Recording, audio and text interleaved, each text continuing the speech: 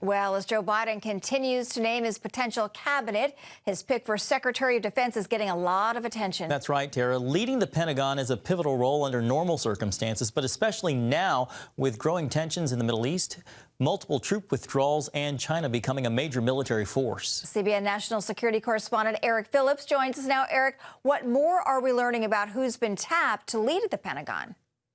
Well, Tara and John, Biden's nominee for Defense Secretary is expected to be retired Army General Lloyd Austin. The 41-year military veteran would make history as the first African-American Secretary of Defense. But it's how long he's been out of the service that could prove to be his first challenge. 67-year-old four-star General Lloyd Austin has unquestioned experience. A graduate of West Point, he is no stranger to Joe Biden.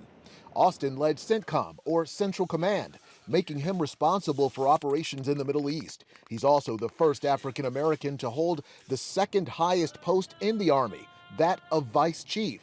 I asked military strategist Brad Bowman about Austin's impending nomination. Qualified and a wonderful effort to have a diverse cabinet. But there's a catch. Austin retired from military service in 2016, and by law, a Secretary of Defense must have been a civilian for at least 7 years prior to holding that post. The military answers to civilians. That's the way it has been, and that's the way it should be.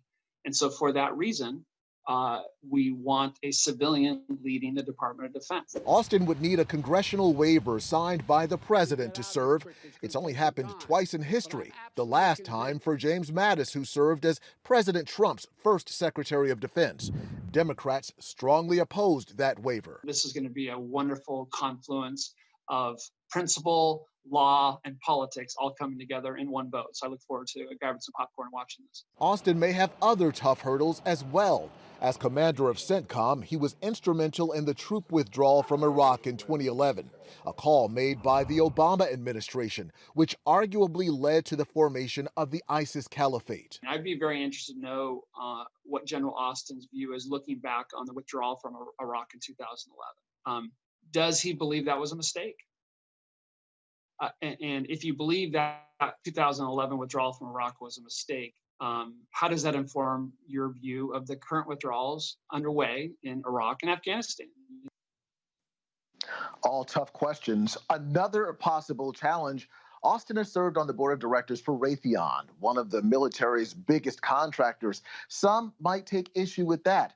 And a little bit more about Austin. We're told he tends to shy away from cameras, that he is a practicing Catholic, and that he is married to Charlene, his wife of 40 years.